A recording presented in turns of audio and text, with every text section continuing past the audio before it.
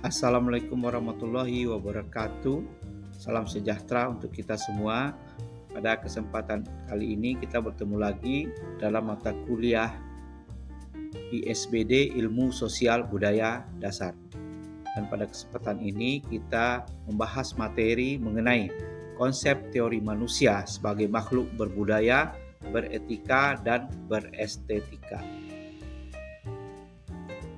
Tujuan pembelajaran ini yang pertama, memahami konsep manusia sebagai makhluk berbudaya. Yang kedua, menjelaskan peran etika dalam kehidupan sosial. Yang ketiga, menjelaskan pentingnya estetika dalam kehidupan manusia. Yang keempat, menganalisis relevansi konsep ini dalam pelayanan kesehatan. Dalam hal ini kita membahas manusia sebagai makhluk biologis, sosial, dan budaya. Boleh kita bilang hewan dan tumbuhan juga makhluk biologis, makhluk hidup, ya, dengan ciri-cirinya antara lain butuh makanan, udara, mempunyai keturunan dan lain-lain. Sedangkan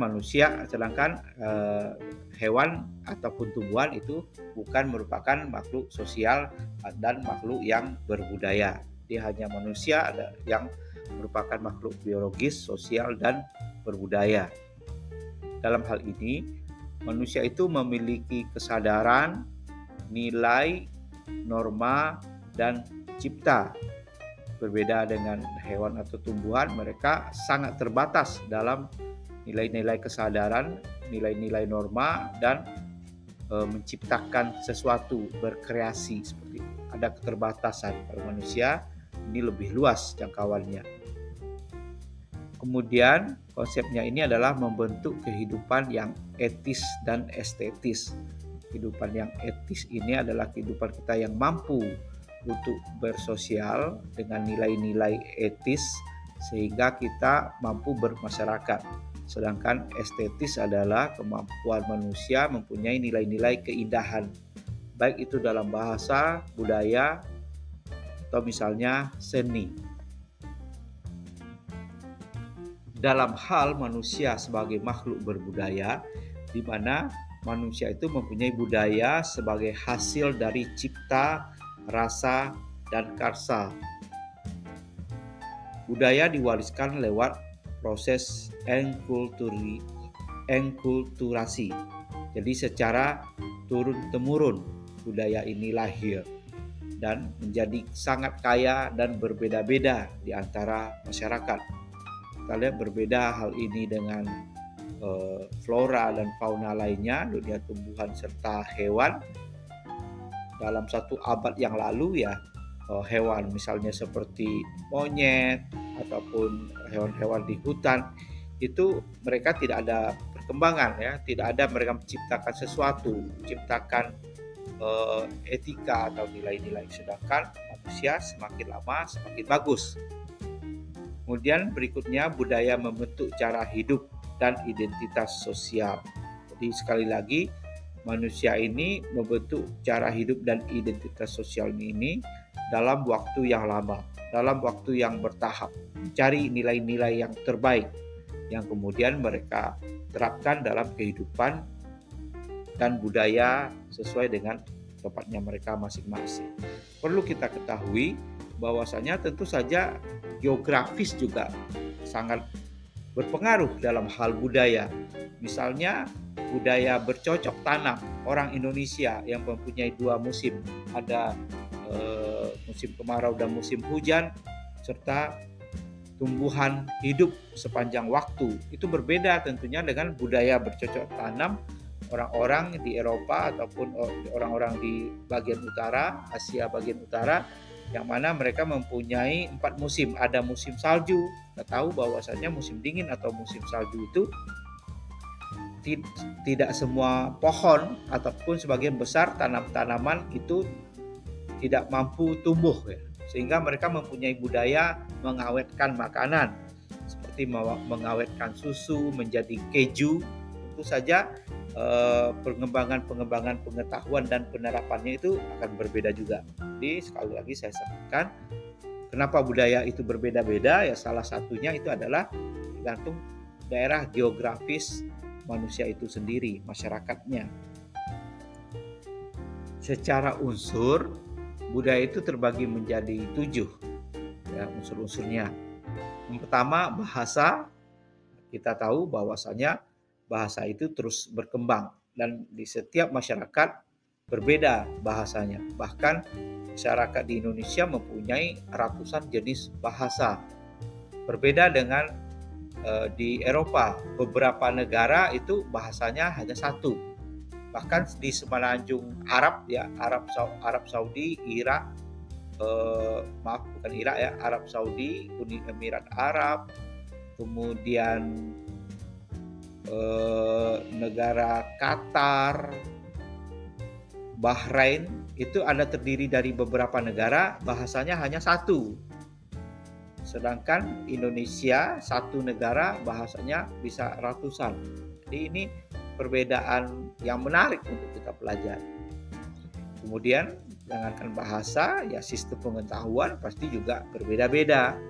Dan apa yang didalami oleh suatu masyarakat itu sesuai juga dengan tantangan yang mereka hadapi. Misalnya orang Eskimo yang selalu dikelilingi dengan es, jadi mereka mempunyai keahlian untuk bertahan pada cuaca tersebut, ya, mencari makan pada cuaca tersebut. Kalau orang Indonesia ya tinggal di pegunungan es, itu mungkin mereka akan kesulitan karena pengetahuannya itu berbeda. Begitu juga dengan sistem teknologi ya, mereka akan berkembang ya pada masyarakat sesuai dengan tujuan-tujuan hidupnya. Sistem ekonomi yang kita ketahui juga akan berbeda juga. Ada masyarakat yang yang punya ciri bergotong royong dengan masyarakat yang individual. Berarti sistem ekonomi yang mereka bangun itu juga berbeda. Berikut juga sistem sosial. Berikut religi atau keagamaan ataupun keyakinan, ini akan berbeda-beda. Orang-orang Muslim mempunyai kebiasaan yang punya ciri khas tertentu, orang-orang Kristiani juga begitu, orang-orang Konghucu misalnya mayoritas di Cina juga mereka mempunyai keyakinan tertentu dan berpengaruh pada budayanya. Dan yang terakhir, kesenian. Ini menarik ya, setiap budaya itu mempunyai kesenian yang beragam. Namun secara geografis kita akan melihat persamaan-persamaan. Dalam hal kesenian ini kita ada tari, ada lagu, kemudian ada keindahan-keindahan lukisan, tenunan, ya, kain-kain pakaian itu akan berbeda. Kita tahu bahwasanya orang yang ada di daerah dingin di Eropa tentu pakaiannya adalah tebal-tebal ya. Mereka membuat pakaian dari bulu binatang, bulu beruang ya, yang sangat tebal karena mereka butuh kehangatan. Sedangkan di Indonesia mungkin mereka akan memilih pakaian-pakaian bahan yang lebih simpel, yang lebih tipis. Jadi ini sangat berpengaruh dari unsur-unsur budaya. Berikut manusia sebagai makhluk beretika, di mana etika itu adalah refleksi atau pancaran dari moral atas tindakan yang menentukan baik buruk ataupun pantas tidak pantas. Di setiap masyarakat itu berbeda-beda penilaiannya. Misalnya kalau di negara kita Indonesia mayoritas yang punya budaya yang hampir sama itu ya, salah satunya baik atau buruk, misalnya dalam hal mengambil makanan kita harus dengan tangan kanan. Tangan kanan baik ya, tangan kiri itu buruk kalau mengambil makanan. Tangan kanan itu bisa pantas dan tangan kiri tidak pantas. Itu berbeda dengan negara-negara lain. Itu mereka mengambil makanan, minuman itu kiri dengan kanan itu sama saja ya. Jadi mereka merasa baik saja gitu. Jadi ini ukurannya, nilai-nilainya itu berbeda-beda. Kemudian dasar perilaku dalam keluarga, kemudian profesi dan masyarakat tentu juga berbeda-beda juga ya. Dalam suatu masyarakat itu relatif sama untuk mereka yang tinggal di tempat yang berdekatan, itu etikanya itu nilai-nilainya sama. Kemudian profesi ya mungkin berbeda-beda ya. Kita di profesi kesehatan, misalnya ketika kita berbicara mengenai perilaku seksual, organ tubuh misalnya yang misalnya tidak pantas untuk kita sebutkan, organ tubuh dan lain-lain. Tapi kalau profesi kita kesehatan, dokter, perawat, bidan, itu kita diskusikan dengan baik gitu ya, dan itu dianggap pantas ya, karena itu sesuai dengan keilmuan kita. Tapi orang yang profesinya lain mungkin akan kaget ketika kita membahas mengenai misalnya alat reproduksi dan lain-lain ya, organ tubuh hati, limpa, mungkin dianggapnya ngeri gitu ya. Tapi kalau kita di kesehatan ya, itu adalah pelajaran kita sehari-hari ya. Jadi antar profesi pun kita mempunyai etika yang berbeda-beda. Kemudian tentu saja dasar perilaku dalam masyarakat ini nilainya akan berbeda antara masyarakat satu dengan masyarakat yang lainnya. Nilai dan norma etika, di mana nilai itu adalah prinsip-prinsip dasar moral yang apabila kalau mengenai profesi itu dapat kita baca, dapat kita bagi, dapat kita tulis nilai-nilai itu. Cuma kalau nilai yang dalam kemasyarakatan itu justru bersifat abstrak ya. Sulit untuk kita bahas secara detail, secara pelajaran itu dasarnya apa, hal-hal seperti itu. Tapi jadi dasarnya itu adalah kebanyakan nilai budaya itu adalah kebiasaan ya kalau di masyarakat. Kemudian norma di sini adalah aturan sosial atau nilai tersebut ya, norma-norma. Norma-norma di masyarakat, ada juga norma-norma hukum itu ada dalam perundang-undangan yang diatur oleh negara, di mana Indonesia itu adalah negara hukum. Cuma norma-norma masyarakat itu tidak diatur dalam negara hukum ya. Kita tidak bisa ditangkap apabila kita hanya menyalahi norma-norma masyarakat saja. Tapi kalau menyalahi norma hukum seperti mencuri, kita akan kena pelanggaran hukum. Di sini juga norma-norma itu juga kita contohkan sebagai orang kesehatan. Ini adalah etika pelayanan pasien, mana kita harus sopan, harus ramah kepada pasien. Pasien bukan hanya masyarakat biasa, bahkan mereka adalah masyarakat yang sedang sakit misalnya, yang membutuhkan pelayanan kesehatan. Kemudian di sini juga mesti ada sopan santun antar profesi, baik itu sesama lintas program kesehatan, profesi perawat dengan bidan, dengan dokter, dengan keseling, dengan gizi, maupun antar profesi yang sektor lain, misalnya dengan para insinyur ataupun orang yang mempunyai profesi ekonom ataupun politikus, itu mesti menghargai bermacam-macam profesi.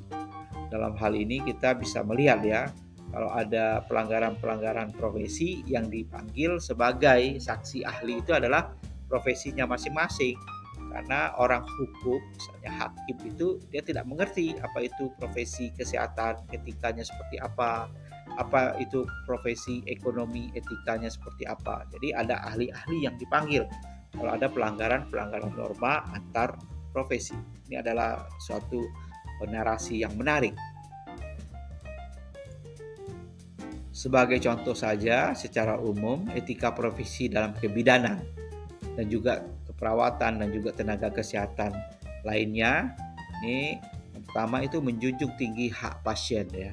Pasien itu berhak untuk bertanya, mengetahui penyakitnya, berhak untuk melindungi tubuhnya. Misalnya untuk ada suatu tindakan tertentu, kita harus izin kepada pasien.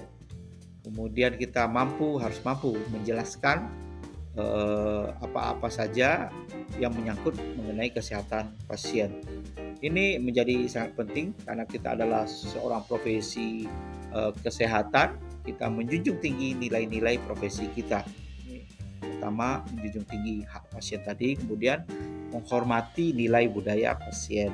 Jadi yang berbeda-beda ya, dan kita lihat penugasan tenaga kesehatan ini tidak hanya di daerah kita sendiri.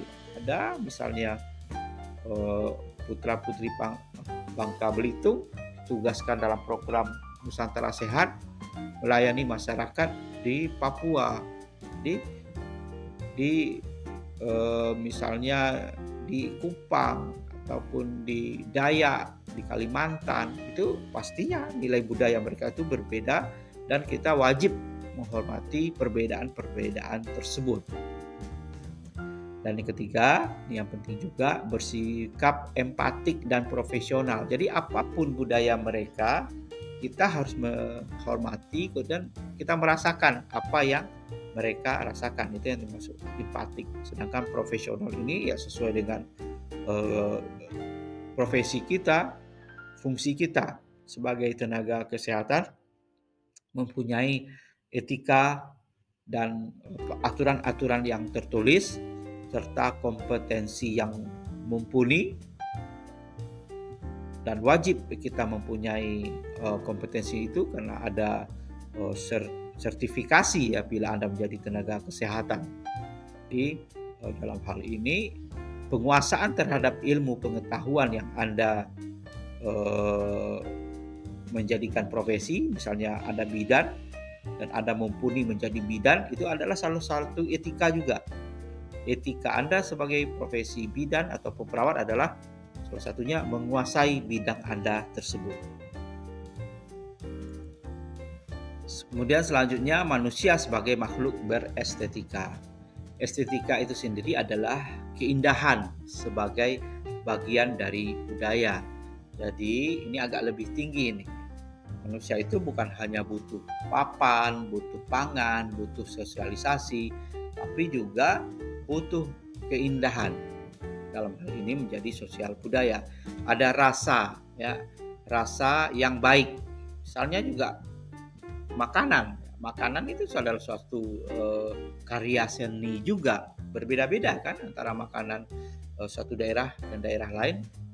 Dan kita bisa menikmati juga keindahan-keindahan dari budaya orang lain. Di sini juga tercermin dalam hal pakaian, seni, bahasa, dan sikap. Kita lihat nih pakaian-pakaian adat pernikahan, perkawinan di daerah tertentu, di daerah Jawa, di daerah Bangka Belitung, di daerah Kalimantan, dengan corak dan warnanya yang khas sesuai dengan bahan-bahan yang ada di daerah tersebut, sesuai juga dengan nilai-nilai keindahan mereka. Bisa jadi kalau kita melihat pakaian budaya orang India ataupun Afrika itu mempunyai warna yang terang benderang gitu, kuning cerah, hijau cerah, merah yang terang, mungkin yang biru yang pekat, kemudian mereka gabung-gabung gitu ya pada benderanya ataupun pada pakaiannya. Mungkin bagi sebagian orang melihat, loh ini terlalu mencolok atau apa, tapi kalau kita nikmati, kita lihat dengan sisi yang baik, itu juga menggambarkan keceriaan. Kita tidak boleh menganggap itu sesuatu hal yang selera rendah atau apa, itu tidak ya. Bisa jadi mereka kalau melihat pakaian adat kita juga kalau dari sisi yang tidak baik ya, mereka juga akan mempunyai sikap yang skeptis ataupun kritik ya. Tapi inilah ya namanya seni, itu bisa dibilang seni itu juga relatif. Sama juga dengan bahasa. Orang bilang bahasa Perancis indah, bahasa Inggris bagus. Belum tentu juga. Bahasa Cina kalau kita lihat, kita pelajari, mungkin mempunyai seni yang tinggi juga. Itu juga dengan sikap ya, sikap sopan santun, ramah tamah. Bahkan kalau kita nilai, kalau saya baca itu orang luar negeri itu menilai orang Indonesia itu ramah sekali gitu. Tanpa sebab bisa langsung tertawa terus gitu ya. Jadi itu akan berbeda dengan nilai-nilai di Jepang, di mana merekanya lebih serius ataupun seperti orang yang marah, padahal tidak. Jadi itu perbedaan-perbedaan yang harus kita maklumi. Kemudian manusia sebagai makhluk berestetika juga tujuannya itu meningkatkan harmoni dan kenyamanan hidup. Karena Kalau dalam hal estetika keindahan budaya itu adalah sesuatu hal yang relatif. Tapi percayalah, kalau kita melihat nilai-nilai keindahan dalam hal budaya yang berbeda-beda itu, kita akan menemukan sesuatu yang harmoni dan sesuatu yang baik dan saling menghargai, sehingga kita dapat hidup secara bermasyarakat secara baik. Adapun peran estetika dalam kehidupan sosial itu, yang pertama sebagai ekspresi budaya, seni, arsitektur, tata cara, upacara. Jadi manusia itu pasti butuh mengekspresikan budayanya melalui keindahan-keindahan. Tidak ada suatu kumpulan masyarakat yang tidak mempunyai karya seni, itu tidak ada. Kita lihat di Papua, ya, kita nonton di TV itu ada tarian pedang, kemudian juga ada tarian panah, kemudian tarian perang. Di Sumatera Barat itu mempunyai budaya kuliner, ya, dia tarinya tari piring. Kemudian ada tari keindahan menyambut tamu di budaya Melayu. Jadi semuanya itu pasti ada, ya, di setiap masyarakat. Tidak ada masyarakat yang tidak menghasilkan karya seni. Kemudian juga arsitektur, ini misalnya dari bentuk rumah, yang dalam hal ini tentu saja sangat berpengaruh pada letak geografis. Masyarakat yang tinggal di pinggir sungai, yang kadang-kadang air sungainya tinggi, meluap, mereka akan membuat rumah yang tinggi. Salah satunya juga misalnya takut dengan hewan buas, ya, mereka bikin rumah yang tinggi. Masyarakat yang tinggal di daerah dingin, mereka bikin rumah yang atapnya atau plafonnya tidak begitu tinggi, ya, karena mereka butuh kehangatan. Sedangkan di daerah yang panas, ya, mereka bikin plafon yang tinggi dengan bahan-bahan yang lebih adem seperti itu. Demikian juga dengan tata cara upacara, ini bisa dipengaruhi juga dengan pengaruh nilai-nilai keagamaan serta geografi serta budaya masyarakat itu sendiri. Berikut, dalam hal ini peran estetika dalam kehidupan sosial adalah meningkatkan kualitas ruang hidup. Jadi semua hal yang mengenai estetika, mengenai seni itu tujuannya adalah untuk kesenangan bersama manusia yang ada di daerah tersebut. Mereka harus, ya, bersuka cita, mereka mempunyai kebersamaan, dan dalam hal ini mereka mengekspresikannya dalam bentuk seni budaya serta tata cara upacara. Dan tujuan akhirnya tetap untuk menumbuhkan kesadaran akan nilai-nilai dan keharmonisan. Konsep estetika dalam budaya lokal, misalnya batik, tenun, tarian tradisional, upacara adat, merupakan wujud dari nilai-nilai budaya dan identitas. Jadi manusia itu perlu nilai budaya dan perlu identitas yang wajib untuk dilestarikan sebagai warisan budaya.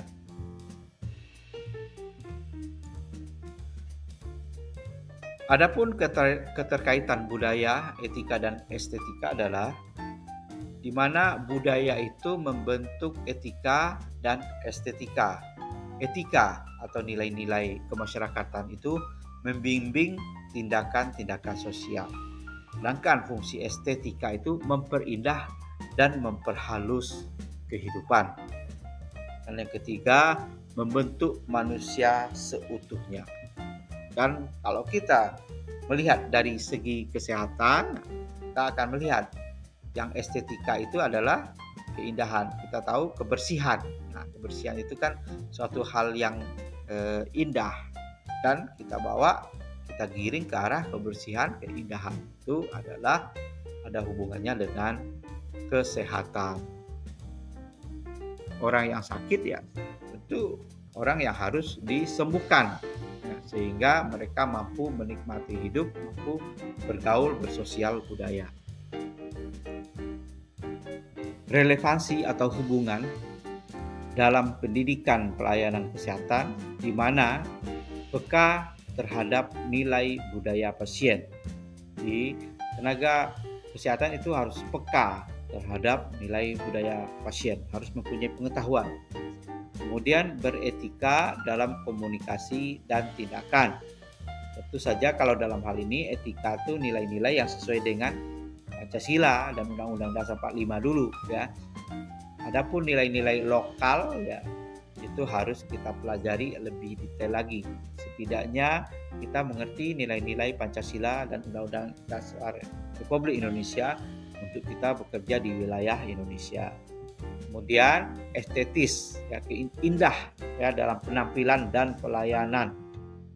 Jadi apalagi kita orang kesehatan ya, yang namanya penampilan orang kesehatan ya dia harus bersih karena dia akan menolong orang lain. Begitu juga dengan tempat-tempat pelayanan, pustu,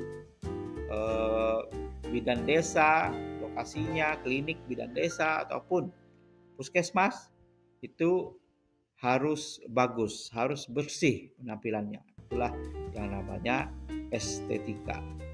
Dan kebersihan, ada nilai-nilai dasar seperti itu di mana-mana sama. Semua orang akan mempunyai nilai yang positif, nilai yang estetis ya, terhadap kebersihan. Nah, sekarang mari coba kita diskusikan suatu kasus ya. Misalnya seorang bidan nih menolak menangani pasien karena tradisi melarang sentuhan fisik pria dan wanita ya. Jadi bagaimana pendekatan budaya, etika dan estetika diterapkan? Bagaimana pemecahan masalah apabila terjadi kasus seperti ini?